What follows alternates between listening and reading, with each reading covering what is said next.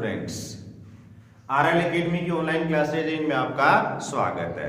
हमने 10th class political science में एक टॉपिक स्टार्ट कर रखा है केंद्र सरकार, और इस टॉपिक में हम पढ़ रहे हैं संसद के कार्य एवं शक्तियां या संसद के अधिकार, कार्य एवं शक्तियां। इस क्वेश्चन में हमें 6 पॉइंट्स हैं, उनको अच्छे से ध्यान में रखना है।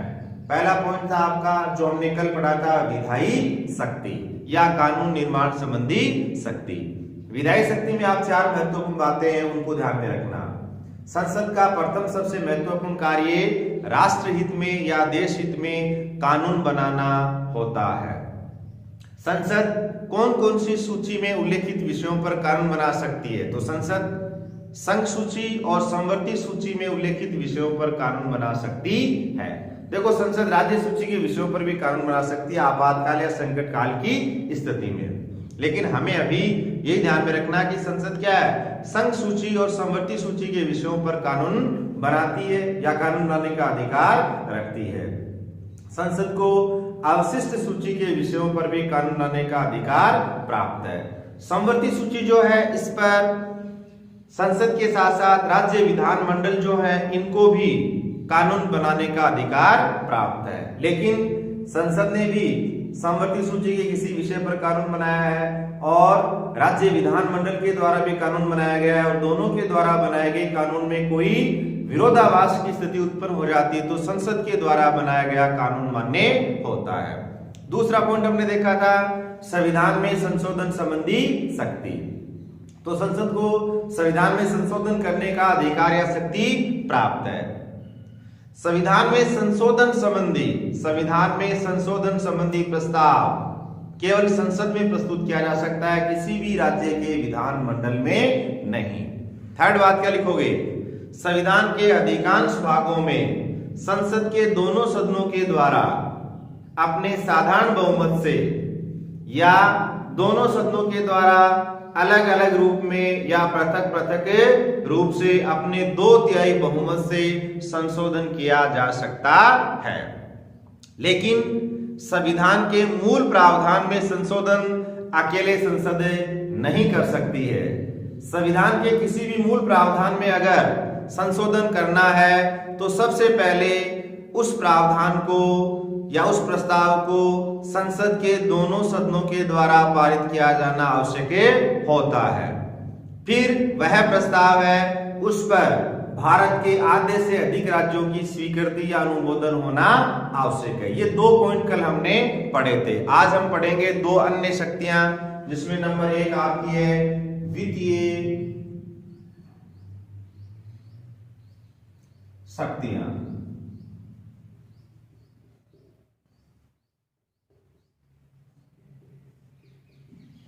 भारतीय संविधान के द्वारा संसद को वित्तीय शक्तियां भी प्रदान की गई हैं। राष्ट्रीय जो संसाधन है, राष्ट्र के जो वित्तीय संसाधन है, राष्ट्र के जो वित्तीय संसाधन है या देश का जो वित्त है, उन पर संसद का नियंत्रण होता है। ठीक है, देश के वित्तीय संसाधनों पर संसद का नियंत्रण होता है। संसद जनता पर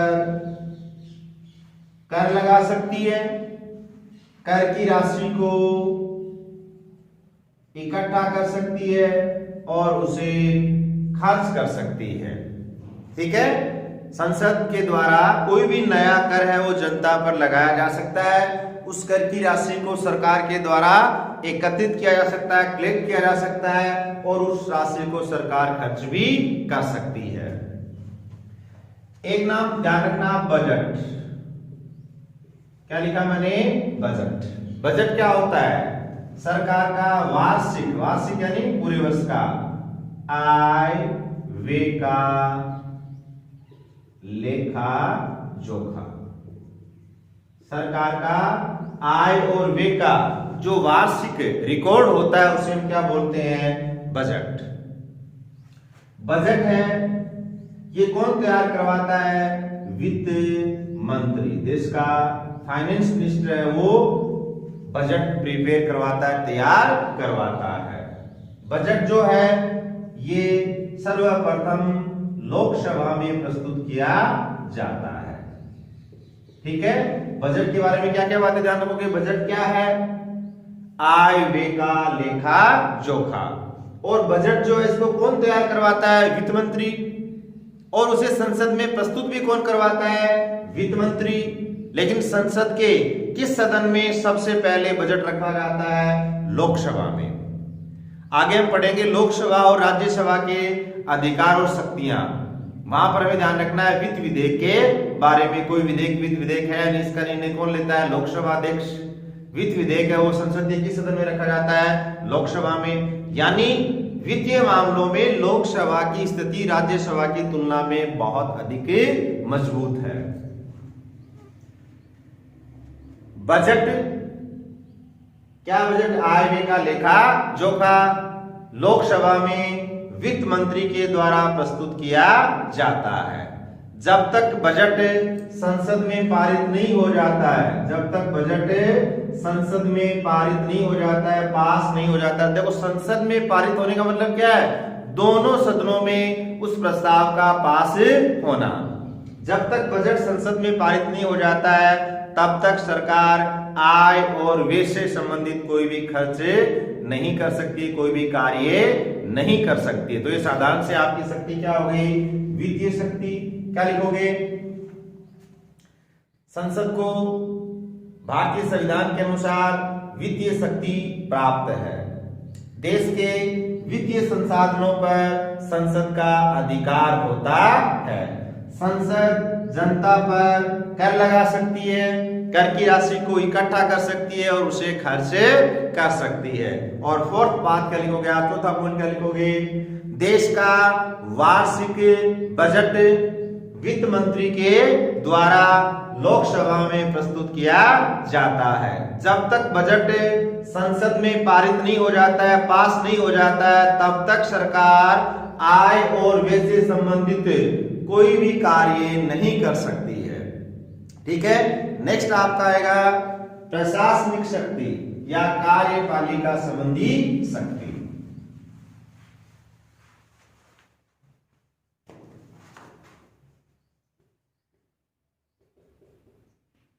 प्रशासनिक शक्ति, और इसे आप कार्यपालिका संबंधी शक्ति भी बोल सकते हो।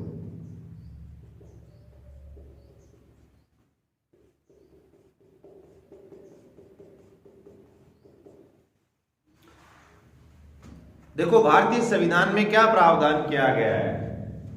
संघीय कार्यपालिका। क्या नाम लिख रहा हूं मैं? संघीय कार्यपालिका। देखो, दोनों जो चैप्टर है उसमें आपको पता है केंद्र सरकार और राज्य सरकार। जब केंद्र सरकार क्लियर हो जाएगा तो राज्य सरकार में आपको किसी प्रकार की कोई दिक्कत नहीं आएगी। हमने सरकार के 3 अंग पढ़े हैं: व्यवस्थापिका, कार्यपालिका और न्यायपालिका। केंद्र सरकार जो है उसके तो अंग कौन से हो जाएंगे? केंद्रीय व्यवस्थापिका, केंद्रीय न्यायपालिका, केंद्रीय कार्यपालिका। और राज्य सरकार में क्या जाएगा? राज्य की व्यवस्थापिका, राज्य की न्यायपालिका और राज्य की कार्यपालिका। केंद्र की जो कार्यपालिका इसमें कौन कौन होते हैं? राष्ट्रपति, उपराष्ट्रपति, प्रधानमंत्री और मंत्रिमंडल। ठीक है, संघीय जो कार्यपालिका है वो अपने कार्यों के लिए संसद के प्रति उत्तरदायी होती है। किसके प्रति? संसद। और संसद में भी यहां आपको ध्यान रखना है किसके प्रति? लोकसभा के प्रति। क्या रखोगे? भारतीय संविधान के अनुसार संघीय कार्यपालिका, और संघीय कार्यपालिका में कौन? मंत्रिमंडल। संसद के प्रति उत्तरदायी होती है। संसद यानी लोकसभा, राज्यसभा के प्रति उत्तरदायी नहीं होती है, लोकसभा। ठीक है। नेक्स्ट क्या ध्यान रखोगे, क्या लिखोगे? मंत्रिमंडल अपने पद पर तभी तक बनी रह सकती है जब तक उसे लोकसभा में विश्वास प्राप्त होता है। लोकसभा में विश्वास प्राप्त जब तक है तब तक मंत्रिमंडल क्या है? इसमें कई प्रकार के मंत्री होते हैं, जैसे कैबिनेट मंत्री, राज्य मंत्री, उप मंत्री, जितने भी मंत्री होते हैं उनका जो समूह हो क्या कहलाएगा?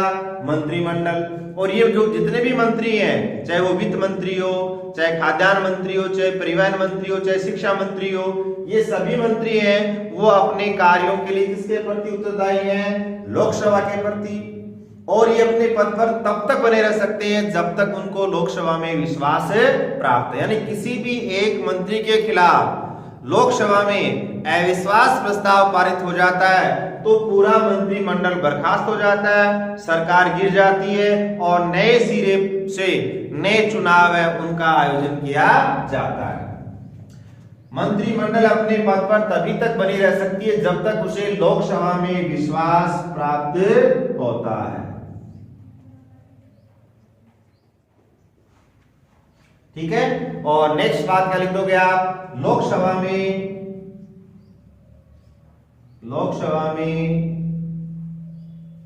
अविश्वास प्रस्ताव पारित करके या पास करके मंत्रिमंडल को बर्खास्त किया जा सकता है। और अंतिम बात आप लिख देना, संसद कई तरीकों से या विविध प्रकार से कार्यपालिका पर नियंत्रण रखती है। ये बहुत ही वाइड कॉन्सेप्ट है। देखो, सरकार के जो 3 अंग हैं, व्यवस्थापिका, न्यायपालिका और कार्यपालिका, तीनों क्या है? एक ही लेवल पर है, केंद्रीय स्तर पर, और तीनों क्या है? अलग अलग हैं। तीनों के अधिकार और कार्य क्षेत्र क्या है? अलग अलग है, लेकिन तीनों एक दूसरे पर अपना नियंत्रण रखती हैं। तो आज के आपके 2 पॉइंट क्या हो गए? नंबर 1 वित्तीय शक्ति। तो आप क्या लिखोगे? वित्तीय शक्ति में क्या बातें लिखेंगे अपन? संविधान के अनुसार संसद को वित्तीय शक्तियां प्राप्त है। देश के वित्तीय संसाधनों पर संसद का नियंत्रण होता है। ठीक है। नेक्स्ट क्या लिखेंगे? संसद जनता पर कर लगा सकती है, कर की राशि को इकट्ठा कर सकती है और उसे खर्च कर सकती है। प्रतिवर्ष बजट वित्त मंत्री के द्वारा लोकसभा में प्रस्तुत किया जाता है। बजट पास होने के बाद ही सरकार के द्वारा आय और व्यय से संबंधित कोई कार्य किया जा सकता है। ठीक है। दूसरा अधिकार क्या पड़ा? कार्यपालिका संबंधी शक्ति या प्रशासनिक शक्ति। क्या लिखेंगे? संविधान के अनुसार संघीय कार्यपालिका, संविधान के अनुसार संघीय कार्यपालिका, और संघीय कार्यपालिका में भी प्रमुख रूप से कौन? मंत्रिमंडल। मंत्रिमंडल अपने कार्यों के लिए संसद के प्रति, संसद यानी यहां पे संसद में प्रमुख रूप से किसके प्रति उत्तरदायी होते हैं? मंत्री, लोकसभा। संसद के प्रति उत्तरदायी होती है। मंत्री जो भी है, मंत्रिमंडल जो भी है, वो अपने पद पर कब तक बना रह सकता है? जब तक उसे लोकसभा में विश्वास प्राप्त होता है। मंत्रिमंडल लोकसभा में जब तक उन्हें विश्वास प्राप्त है, जब तक विश्वास प्राप्त है, अपने पद पर रहते हैं। और नेक्स्ट बात क्या लिख दोगे? लोकसभा में अविश्वास प्रस्ताव पारित करके मंत्रिमंडल को पद से हटाया जा सकता है या बर्खास्त किया जा सकता है। संसद अनेक विविध तरीकों से भी क्या है, कार्यपालिका पर अपना नियंत्रण रखती है। Okay, best of luck, take care.